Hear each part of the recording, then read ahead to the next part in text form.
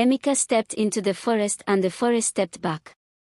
Not physically, nothing moved, nothing shifted, no branch cracked or leaf fell. The forest simply became more itself the moment his foot crossed the tree line. Denser. Older. The dark between the trees, not the ordinary dark of a place where light has not reached, but the active dark of a place that has decided it does not want light. He felt it immediately. He took one more step anyway. This was his first mistake. Not the entering. People enter the Egu forest at night for various reasons, and most of them came back, eventually, with various degrees of what they had gone in to find or without it entirely. The first mistake was the one more step after the feeling. The one more step that said, I have already decided and I will not let a feeling change a decision. Emika was 22 years old and he had, up to this point in his life, treated feelings as inferior to decisions in the hierarchy of things worth listening to. The forest had a different opinion about this. He went in. Behind him, the tree line closed the way water closes over a thrown stone, completely, and without evidence of the disturbance. If you have ever ignored a warning you knew was a warning and paid for it in a way you did not expect, drop a comment below. And if you are new here, subscribe right now, because what happens to Emika inside that forest will change the way you think about the things that cannot be explained. He had not intended to go to the forest. That was the first thing to understand about how the night had arrived at this point. It had not been a plan. Emika was not the kind of person who made a plan to enter the Egu forest at 11:30 at night in the middle of the dry season with no torch and no company and no particular preparation for what a forest at night in his village required. He was, however, the kind of person who argued. Specifically, he argued with his grandfather. Papa Chike was 87 years old and had lived in Umuagu village his entire life with the exception of 3 years during the war when living in Umuagu had become temporarily incompatible with remaining alive. He knew the village the way very old people know places they have never left, not as information but as sensation, the way your body knows the layout of a room it has moved through in darkness 1,000 times. He knew the forest. He had been telling Emika about the forest since Emika was old enough to listen, which meant since Emika was approximately 4 years old and had not yet developed the habit of listening to things with one ear while the other organized a counter-argument. Tonight's argument had been about the shortcut. Emika had come home from his friend Tabena's house on the other side of the village at 11, later than intended, because Tabena had produced a bottle of something that tasted bad and walked quickly and time had become elastic in the way it does when a 22-year-old is not paying attention to it. The road home was 45 minutes around the long way. The forest path was 50 minutes through the short way. Papa Chike was still awake, he slept poorly, a condition of age that he had made his peace with by simply deciding that nighttime was an extended opportunity for sitting and thinking. He was on the veranda when Emika arrived at the compound gate. "You are late," he said. "I was at Tabena's," Emika said. "You smell like Tabena's." The old man looked at him. "Where are you going now?" "Inside to sleep." "Good." Papa Chike settled back in his chair. "Sleep. After I get something from Mama Nkechi's store." He named a woman whose provision store was on the other side of the village. On the Tabena side, he had promised his mother he would bring back a specific ingredient she needed for morning, had forgotten, and had remembered precisely as he was leaving Tabena's compound. "Tomorrow," Papa Chike said. "She opens at 6. Mama needs it before 6. Then wake up at 5:30 and take the road. The road is 45 minutes, Papa. I'll take the forest path and be back in 30. Papa Chike was very still for a moment. "You will not take the forest path," he said. The voice had changed. Still quiet, he was always quiet, but with a quality that was different from the ordinary firmness of an old man asserting preference. It was the quality of someone stating a fact they have encountered directly and which is not available for debate. "Papa, I have taken that path 100 times. In the day. It is the same path." "It is not the same path." He looked at his grandson. "Emika. Sit down. Papa, I'll be back in 30 minutes. Sit down. Something in the voice made him sit. Papa Jack looked at him for a long moment. What do you know about the forest at night? He said. It is dark, Emika said. He meant it as a joke. It did not land as one. The Egu forest at night is not dark in the way that you mean dark, Papa Jack said slowly. It is dark in the way that some things are dark, not because the light has not come but because the light is not welcome. He paused. Things move in that forest after 10. Not animals. Not in the way you are thinking about animals. Things that have been in that forest since before this village existed. Things that were here before any of us put a name to this land. Papa. Your great-uncle Chukwumika went through that forest at night in 1987. Papa Jack stopped. Do you know what happened? He came back confused, Emika said. He had heard this story. He had heard it the way you hear stories from childhood, as stories, not as information. He came back on the third day, Papa Jack said. 3 days, Emika. He left on a Tuesday night for a 50-minute walk and he came back on a Friday morning. He could not say where he had been. He could not explain the 3 days. His hair had grown as if weeks had passed. And he never spoke about that forest again, not once, not for the 30 remaining years of his life. Emika looked at his grandfather. That was 1987, he said. The forest has not changed since 1987, Papa Jack said. A silence. I will be careful, Emika said. Careful. The old man said the word the way you hold a word up to the light to show how little substance it has. Careful is for things that respond to carefulness. There are things that do not respond to carefulness. I will be back in 30 minutes, Emika said. He stood up. Papa Jack looked at him for a long moment. Then take something, he said finally, the concession of someone who has fought an argument they know they will not win and is pivoting to damage limitation.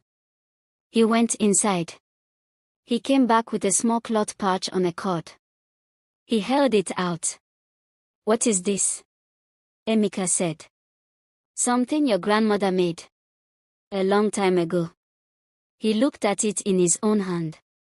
She said it was for the moments when a person thinks they know better than what they cannot see. He put it in Emika's hand. Wear it. Around your neck. Emika looked at the small cloth pouch.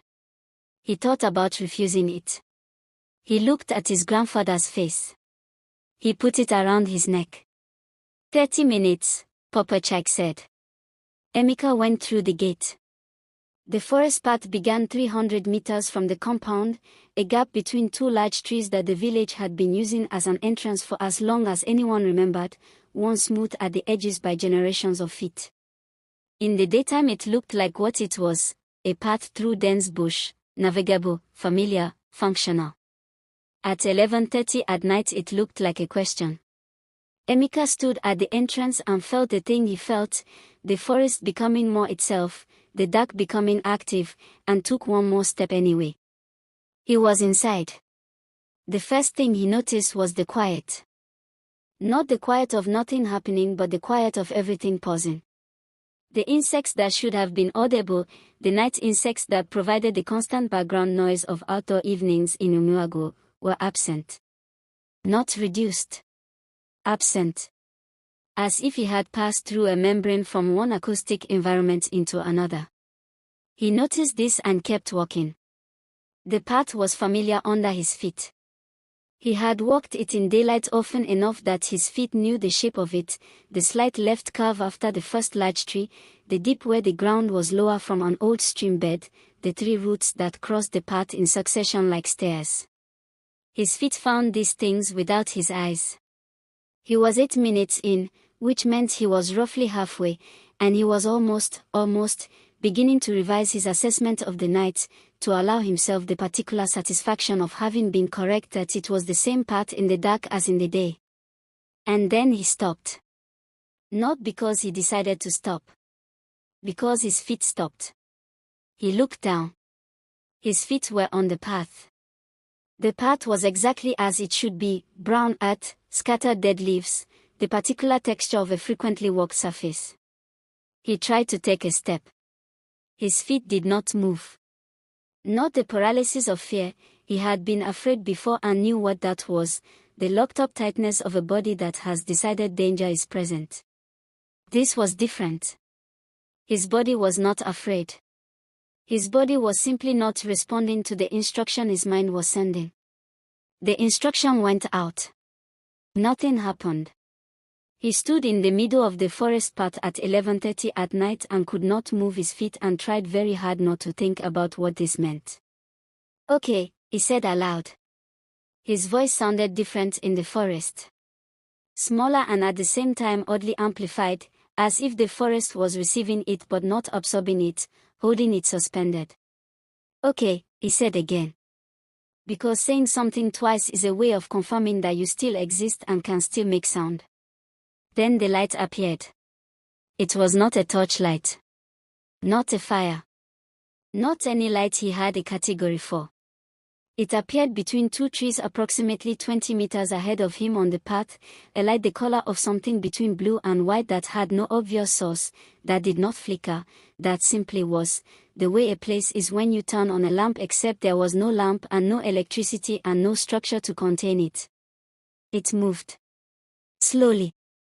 Not toward him, sideways, across the path, from between the two trees and then behind a third, and then it was gone. And his feet moved. He took a step. And then, and this was the part he would never be entirely able to explain in a way that satisfied the people he eventually told it to, he took the step in the wrong direction. Not back toward the entrance. Not forward toward the exit. He stepped left. Off the path. Into the bush. He knew he was stepping left. He watched his foot go left. His mind said the path is straight ahead and his foot went left and he followed it because he had no other option, the foot was going left and he was attached to the foot. He was off the path. The bush at night was different from the path. Everything was closer. The branches were at face height. The ground was uneven in ways the path was not, sudden dips, raised roots, something wet underfoot that he chose not to examine further. He walked. He was not walking toward anything he could see. He was walking the way you walk in the period between sleeping and waking, when the body is moving and the mind is watching the body move and the two are not fully in communication. He walked for what felt like 10 minutes. He stopped. He was in a clearing.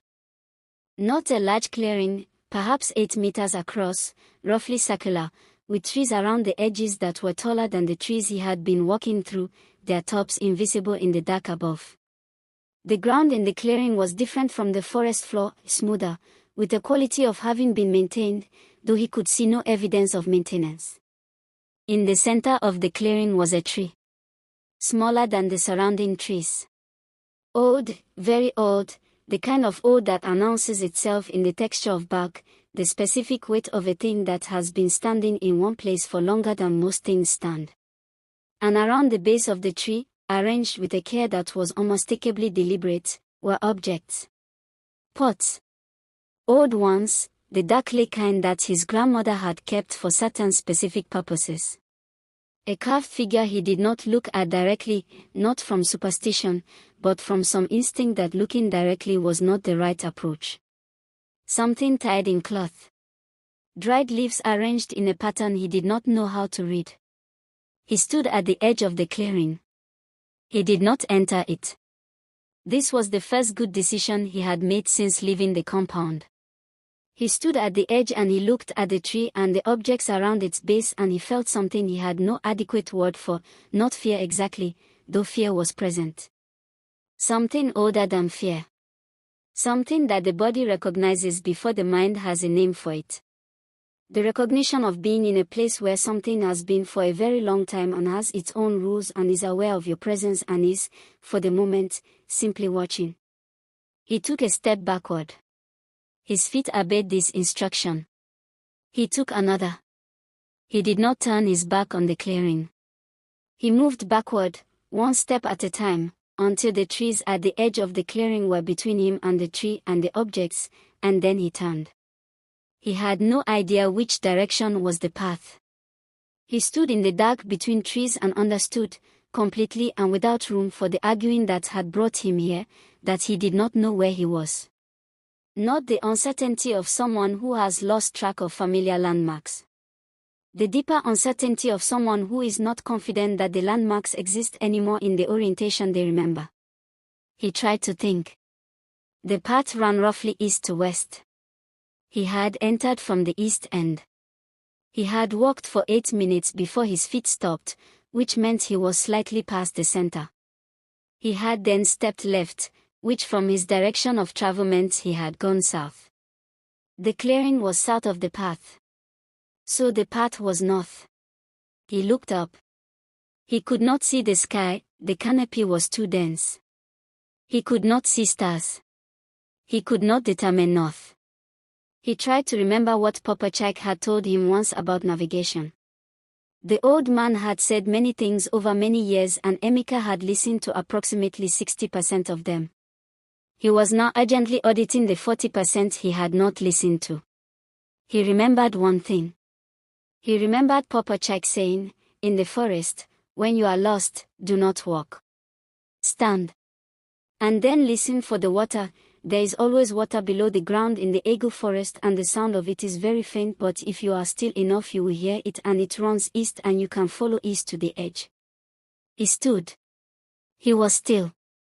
He listened. For a long time he heard nothing but his own breathing and the continued absence of insects. Then, very faint, below the silence, below the level at which he would normally register sound, he heard it. Not water exactly. The memory of water. The suggestion of movement underground, so quiet it was more felt than heard. He turned toward it. He walked. He walked for a long time. Longer than the distance should have required. The forest seemed to expand as he moved through it, not in a way he could measure but in a way he could feel, the way a waiting room expands when you are anxious, the way distance is not the same thing as time when the mind is working against itself.